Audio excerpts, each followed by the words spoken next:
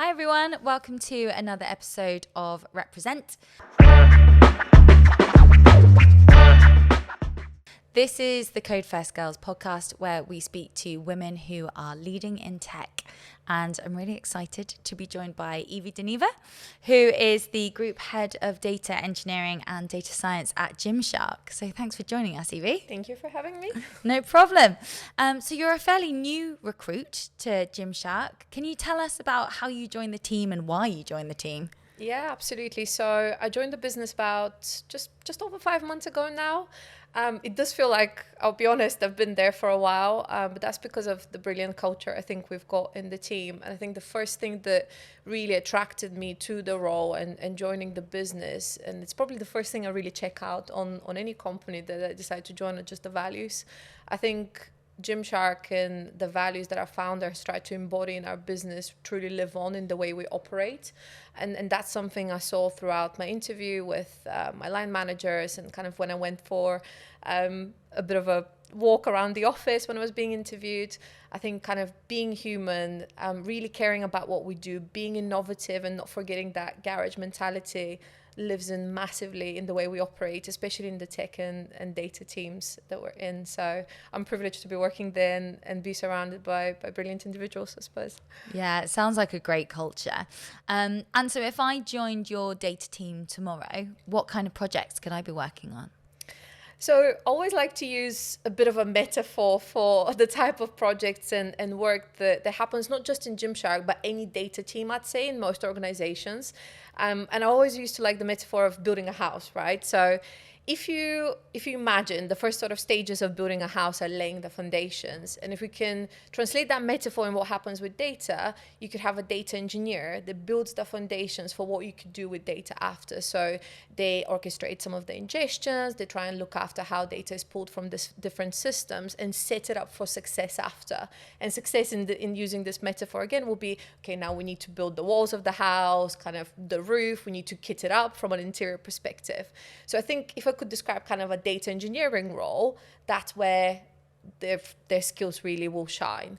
Then you've got like a role of a data analyst potentially, and that will be a person who really tries now to kind of build the shell of the house, you know, sort of the walls, the roof, trying to put it together, and that's where the picture starts to get a bit more real, really. And then the data scientists for me, and some of the, you know, in different organizations they're called AI scientists or machine learning engineers, they're really the people who kind of pull that bow, I suppose, on the house, and they're sort of responsible for the interior design. So if I kind of have to use a technical term for it, there'll be the individuals who build some of the artificial intelligence solutions, proof of concepts around machine learning and data science, and really try to essentially use all the brilliant stuff data engineering, data analytics helped lay the foundations and the I suppose the shell of the house to deliver value to the business. And so that's an amazing metaphor. I love that. And before you joined Gymshark, were you building the foundations? Were you building the roof, or were you putting the bow on the top? I suppose in my previous job, I was probably doing more of the bow on the top, really. But one thing that I've always had an appreciation for when I try to ensue in my team currently and in the previous team that I've worked is that collaboration with the individuals that do build the foundation. So whilst that wasn't kind of part of the data engineering team at the time, and I was kind of doing things around data science and advanced analytics and artificial intelligence, I never forgot to understand and never stopped being curious about how do I get this data? How are the foundations being built? What needs to be true for me and my team to do a really, really good job and get outputs that are trustworthy and resilient for our customers and our clients as well. Great. And you talk often about data-driven versus data-informed. So can you explain the difference to me?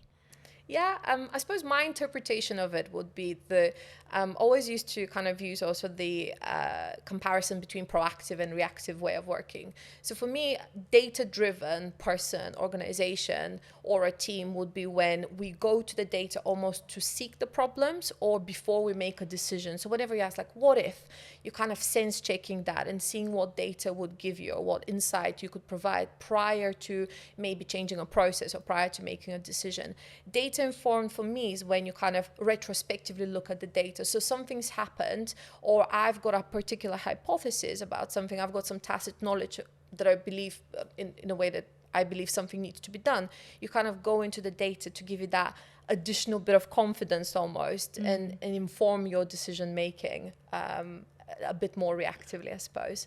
And I think the interesting bit is, in my experience, the people and teams that are most successful are those that amalgamate both. So I think that there are situations and times that in business and the way we think, we need to be data driven. And it's very interesting, some of the insights, it's almost you don't know what you don't know, and data could give you some of those interesting insights. And sometimes, however, it's nice to get that, I'm 90% sure because I've got this experience, but it's great to go into the data to give you that extra assurance and be data informed. So having a bit of a balance and I suppose golden middle around it, it's where I think data insights really, really shine. And the most successful team and businesses who truly are data driven and informed, leveraging data, are brilliant kind of finding that balance and golden middle. Yeah, I mean, it makes sense that you would need both, right? And you've talked there about cross collaboration within your data team. So those building the foundations, talking to those that are building the walls, to extend the metaphor further. But Gymshark is so well known for its collaboration across teams. So how does your data team work with people in other areas of the business? So if I have to think about kind of broadly all functions, I think one bit of, I suppose, what we're trying to foster is a culture of business partnering approach. So actually, yes, we can provide the how to how something can be done, right? With tech, whether we're talking about data or wider tech, it does provide the how, broadly speaking. But actually what the other business functions could give you is the why. So it's almost contextualizing how what you do delivers business value, how it helps amalgamate a process, how it helps maybe drive efficiencies across the business. So that sort of business partnering approach and really trying to understand where what we do fits into existing functions is something that we're trying to foster for every single work stream and project that we work with, essentially. I think within tech, if I have to speak about kind of for those listeners that are a bit more on the geeky side, we're trying to be collaborative in really, I suppose, two ways. One is around being continuously curious and leading in that curiosity. I think there's something about, I suppose, being curious about your area, but trying to understand actually how do you fit in with wider tech teams. So be it software engineers or front-end engineers, maybe. It's always great. And I think most of us, and I could speak to myself as a bit of a geek as well, we'll never get that part of us away from being curious and wanting to learn something new. So we always try and kind of keep our doors open, and I'm trying to push the team, and I know they're doing it on their own accord as well, to kind of go and speak to software engineers, speak to the wider tech function, understand what they're doing and how it fits with our work. But we're also trying to consciously drive that through personal development. So that's something that I'm really keen on as someone kind of responsible for this, to ensure that actually we don't forget that whilst we are working in our little house, there are other houses on the estate, so to speak, if I can use the same metaphor, and just understanding some of their learning, some of their best practices, could we potentially borrow or learn from them? And again, keeping that curiosity in mind and keeping time away to really go and reach out, I suppose. Yeah, absolutely. And I mean, it's working in technology and you can excel at the technical skills, but unless you have that business mindset, you'll never really fully understand where that role sits and the impact of your role and how to do it the best that you can. Absolutely. But Gymshark's doing some amazing things to attract diverse teams, not just in the technical roles as well. So how are you building such diverse teams? I think it's really a testament to a bit of a collaboration within the business. So I think if I start with the first thing, and I think I mentioned earlier, it's our values. I think that does attract a large proportion of people, and we do live by them. It's not just another kind of inscription on a wall or something that lives on a website, which was absolutely brilliant to see when I joined the business. I think the other kind of strategy that helps us, and it's really a testament to our people and talent team, is like we're trying to proactively seek ways to attract kind of younger individuals, women in technology as well. So a lot of our talent acquisition teams are going and it's sort of networking events to try and understand how other organizations are approaching diversity and inclusion, and kind of attracting female talent as well in some roles where we all know there is a bit of a struggle. We also have some kind of brilliant mentorship schemes in-house, where we're trying to, again, help individuals step into different positions. So if they're interested in a particular role in another department, we're trying to support them in the best way we can, but before we recruit outside of this. And as I mentioned, we've got a mentorship program as well. So whilst there's always more you can do, and any organization can do more, I think for me, it's brilliant, and it's a testament to the teams that have worked on all these strategies to give them a huge thanks and kudos for what they've achieved so far. And I think that's visible in some of the kind of stats we've got within the technology teams in terms of the women to male ratios and how we approach kind of recruitment as well. Yeah, well, obviously work for you. Absolutely. And so thinking about attraction into the tech role, you started with a background in STEM, I guess, biochem at university, but why did you choose a career in technology rather than a life in the lab? Yeah, I suppose it was very, very interesting. So if I kind of have to start retrospectively, if you'd asked me 6-7 years ago, would I be doing a career in tech? I would have probably said absolutely not. It's probably the last thing I thought I'd be doing. But what happened with me is that as I kind of stepped through the kind of academic field, I started seeing a lot of, I suppose, parallels. So I was dealing with data, but it was more in the context of kind of drug development and biochemistry, and I started getting curious about it. And I was lucky enough that in my first sort of graduate role, there was an opportunity to step in to a data analyst position. And I think the way I suppose I saw this position was whilst I did not have the technical skills, I had the aptitude and attitude to learn, and I wanted to be challenged and see what I could do it. But what I wanted to bring is, again, the why. I had that domain context and understanding of the data, and I could apply the lens of why would you need this and what is the value that would drive to the business because of the type of business that I was in. It was kind of very kind of clinical healthcare driven as well. And I think that's where I found, I suppose, the parallel for me. I didn't have the skills, but I have different types of skills. And that was that domain knowledge and lens. And I think the people who are truly successful in data positions are those who can lean into both. You can have brilliant technical skills, and that's very, very important. Trying to stay curious and kind of abreast with what's happening in the technology space, but also actually leaning into a domain knowledge or an area that you love and contextualizing what is being asked of you. That truly makes kind of success in any data position. And when you took that leap of faith, were you intimidated? Oh, yeah, absolutely.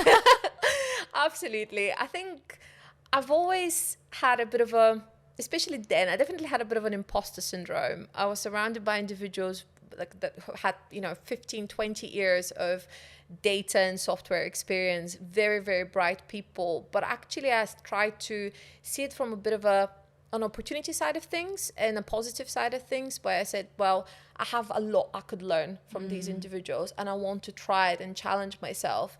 So for me, the way really I tried balance the intimidation with the opportunity was trying to lean into my imposter syndrome, I suppose, and try and make the most out of it, challenge myself out of my comfort zone as well, and see what I can achieve.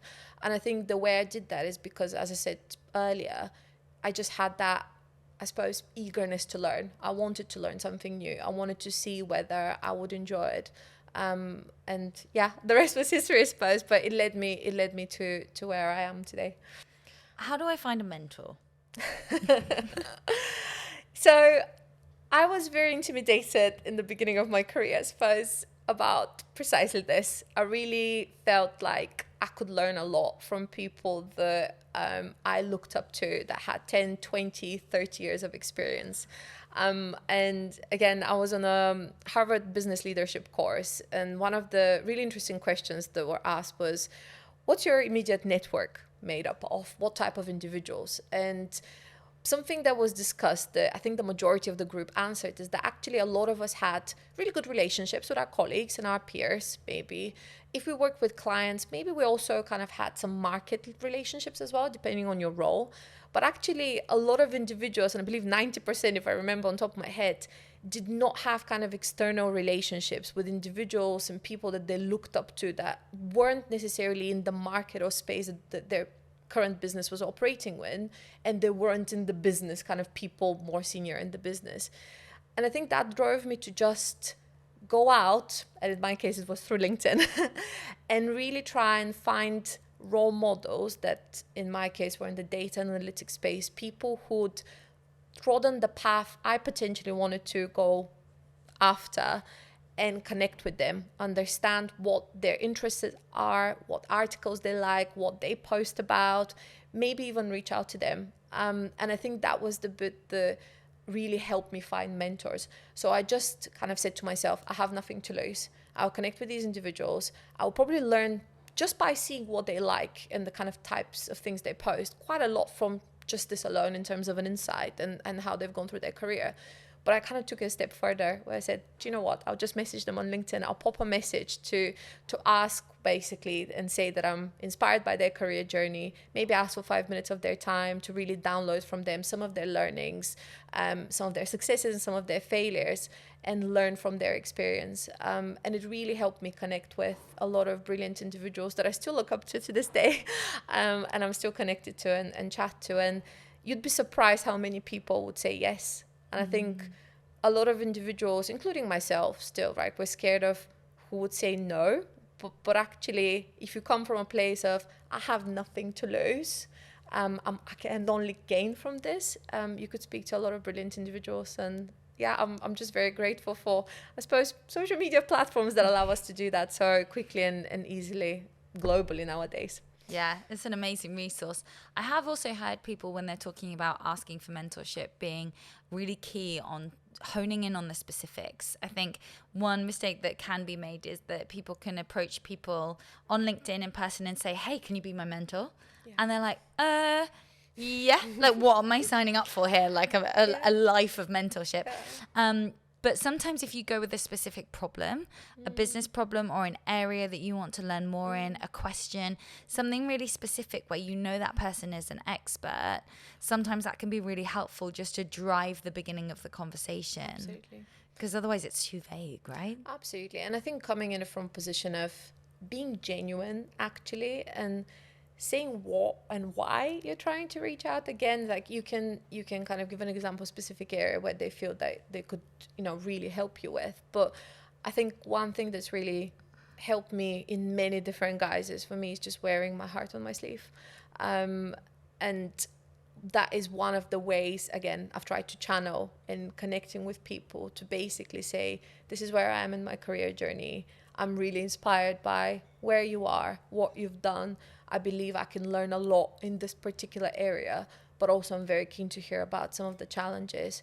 I would appreciate, it would mean the world to me for you to be a part of my career, even if it's just 0.1% of kind of its development, by sparing 5 minutes. And again, most people, I think that, if I kind of have to put myself in the shoes of an individual who would answer to this, I think that is a very nice, heartfelt message that comes from a very positive place. And as leaders and a woman in technology, my biggest, I suppose, goal in my career is to leave a legacy behind of people and individuals who excel in their career faster than I have, further than I have, and do what's right for them and get to where they want to. And I think I would say yes straight away to a message like this. And I'm sure that there will be other women out there and men, right, in technology who do the same.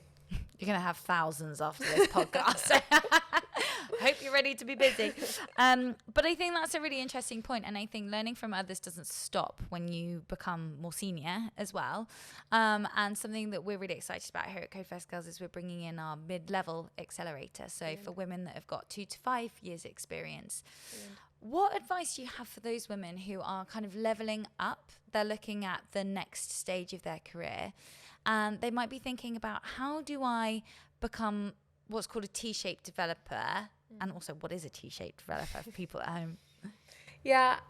So if we start with my interpretation or definition of a T-shaped person or T-shaped person in any field, whether it's technology or any other function in a business, I think for me, that is a person who is an expert in a particular area. So it could be like a data engineer, a data analyst, data scientist, business intelligence developer. But actually, they are curious about how the work they do fits in with the wider picture. So actually, where you essentially are trying to understand the dependencies across the wider team that you're in, and maybe even wider functions, right? The risks, understanding the entire life cycle of the data space or particular kind of software development space. I think that's where you kind of build yourself up as a T-shaped person. So you're an expert in your area, but actually you appreciate what it takes for other people to kind of give you a level of access to data or kind of get you to a stage where you're ready to do your own project. And I think that not only fosters a level of collaboration that is needed to excel and do things more efficiently, but also ensures that you become a big picture thinker. You actually appreciate what it takes to work in a multifaceted team. You appreciate what some kind of proactively what some of the risks for certain projects could be. You're more able to scope requirements and actually do things like I like to speak about kind of pre-mortem. So essentially understand what are the type of things that could occur, that could go wrong. And for me, that really drives not only efficiencies, but a level of buy-in from the business, and not just buy-in, I suppose, a level of resilience in the team that otherwise you couldn't have, because you're able to kind of carry these like sort of pseudo hats sometimes to help other individuals across the team as well. And I suppose to your other question, which is around sort of what you started with, for me, it's important that irrespective of the level individuals and whether they've got 2 years of coding experience, 5 years of coding experience, they're just starting to think about moving into technology. Actually, it's important to be that type of person consciously from the beginning. And it's important to focus on a field, on a particular vertical, right? That you're interested in, that you're passionate about, that you want to learn and explore and grow your technical skills in. But not forget about, again, how do you fit in with the bigger picture? How do you deliver value? Because technology only gives us the how. And I think when you started getting curious and you start questioning, like, actually, how do I fit in with the wider business? What are we doing that drives commercial value or outcomes sometimes for the public, depending on the type of the role you're in? That's where really technology shines, irrespective of whether we're talking about data, software development, front-end engineering, or whatever other category. So I think that would be my advice really for those individuals who are in the middle of kind of their career, really looking to step up, just trying to put that commercial lens and business lens on things and speak to the business strategy, become a bit more big picture thinkers, but also really maybe inspiring those in the beginning of their journey and those who are to start thinking about this. The earlier, the better, I would say, to really progress quickly. Yeah, and I think it's a fantastic skill no matter what area of the business you're in. It also helps, like you say, just understand the bigger picture, and rather than just feeling like you're one cog, how the whole, thinking like a business leader effectively. We always ask our community what they want to ask you. So we've got a couple of questions here directly from them. So someone said, how would I stand out to you if I was applying for a data role in your team? I think exactly what I just said. Having an aptitude and attitude to learn, getting stuck in, trialing out things, failing, telling me how you've learned from your failures, because as I said earlier, and I firmly believe in that, you learn a lot more from your failures when things don't go right, because they often don't, when they do. And I think loving what you do, having a passion to really kind of deliver value into the business, deliver value into a team, grow yourself as an individual, and with that you kind of help the business grow as well. Wearing your heart on your sleeve and being passionate about what you do. Yeah, it seems counterintuitive to go into an interview and talk about all the times you failed, but actually if you failed well and you've learned from that, then it can be a superpower, it can be a strength. Absolutely. Interesting. And what's the most challenging part of being the question is being a data scientist here. Yeah, I mean, I can speak about data scientists or just being in data in general. So if we can hone in on sort of being a data scientist, I suppose, there is a quote, I believe, that came out years ago, which was data science is the sexiest job in the 21st century. I don't remember who said it, but I know it does exist. And I think there's a lot that I suppose rides on that. So we see a lot of kind of organizations advertise for that role. And the interesting bit of it is that the demands on it and the value you probably have to bring as a data scientist, because of the AI hype cycle that we're on now, is quite huge. Actually, it's not just about I want you to put up like a machine learning solution together.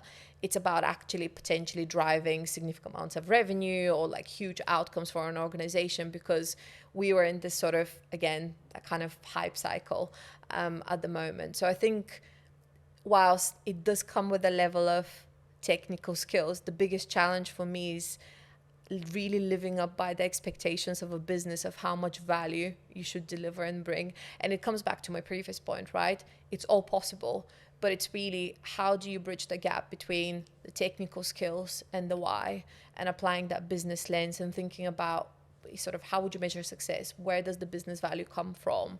And then working back to what the solution is, essentially, be it a machine learning one as a data scientist or something else. And what's your perspective on the AI hype cycle right now? I think we're in a really interesting phase at the moment. So we've been in a couple of AI cycles and winters. And I think we are at the cusp of something very, very revolutionary happening. And I do kind of, in my head and in my opinion, it's something that's happened and I parallelize with when computers came out. So I read a book called Lead and Disrupt, and it talks about the concept of ambidextrous organizations. And I don't want to throw kind of jargon out there, but essentially the gist of it is it talks about cases or studies essentially of huge companies that had to pivot because of kind of computerizations coming out in the previous century. And I think there is something about how businesses may need to pivot right now. And I've seen, again, and I'm sure a lot of the listeners have seen quotes around LinkedIn of, it's not that organizations won't be successful if they don't do data and AI. It's just that those ones that do and do it well will probably really, really excel.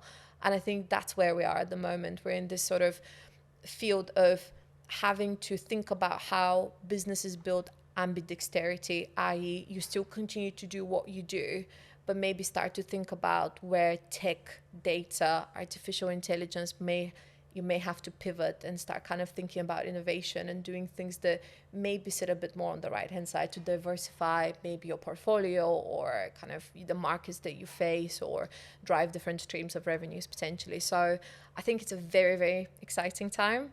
I think that I firmly believe that that is the future, and I'm very excited about how we can leverage technology to be more proactive in our processes and in how we think and how we approach certain situations and decision making. So I'm just really hopeful that the next 5 to 10 years would really show the value that data and AI could bring to fruition. You got the best seat in the house for it. Yep. You'll be right there when the changes come in. So last question. If you sat down and had a cup of tea with your younger self, what advice would you give her? Be patient. And that's something that I am still probably trying to, I don't want to say battle through because it's got a negative connotation, but still trying to self-reflect on and try and improve. I want things done sort of yesterday, and I want to change the world for the better in what I do, because I truly love what I do. I love working with every single team that I've worked with people, the mentors that I've had, the organizations that I've been in. I've learned so much, and I continue to learn every day. But I think the one thing that sometimes is important is you can lean in your ambition and to drive yourself, to drive the work you do. But sometimes there's a level of pragmatism that needs to be applied, and that comes with patience and just seeing how things go and learning from the process, I suppose. And look, I am being super honest in saying that I've not mastered that. Sometimes I do feel like I'll never will, but it's something that I'm trying to be really, really self-aware and trying to hone in on every single day as well. So yeah. It's a real balance, isn't it? I feel like for so many of our community, they are fiercely ambitious, and getting that balance between striving for the next step and wanting to be better, but then being patient and pragmatic to understanding that actually there is value in taking your time. There is value to not getting yourself into a situation where you're expected to know far more than you do, and being honest about that is, you know, I've been certainly in situations before where I've blagged, and you sometimes do need to blag to get where you are. But then also I think there is real value, like you mentioned, in being authentic, wearing your heart on your sleeve and saying, do you know what? At this point in my career, I'm just gonna sit here and I'm gonna learn from the people around me and the people above me. And it's not a race, you know. Life is really long. You can get there in your own time. Absolutely. And I think sometimes you know when the time is right as well, because you know your own self, you know there's always trade-offs in the decisions that we make in general, right? So again, if you love what you do, if you carry your heart on your sleeve, so to speak, you'll probably know whether you're being true to yourself and it's time to move on and seek something else, on actually seeking and understanding whether there are other opportunities, and whether you can kind of learn from others in different guises as well. That's great advice. Evie, thank you so much for your time. Thanks for having me.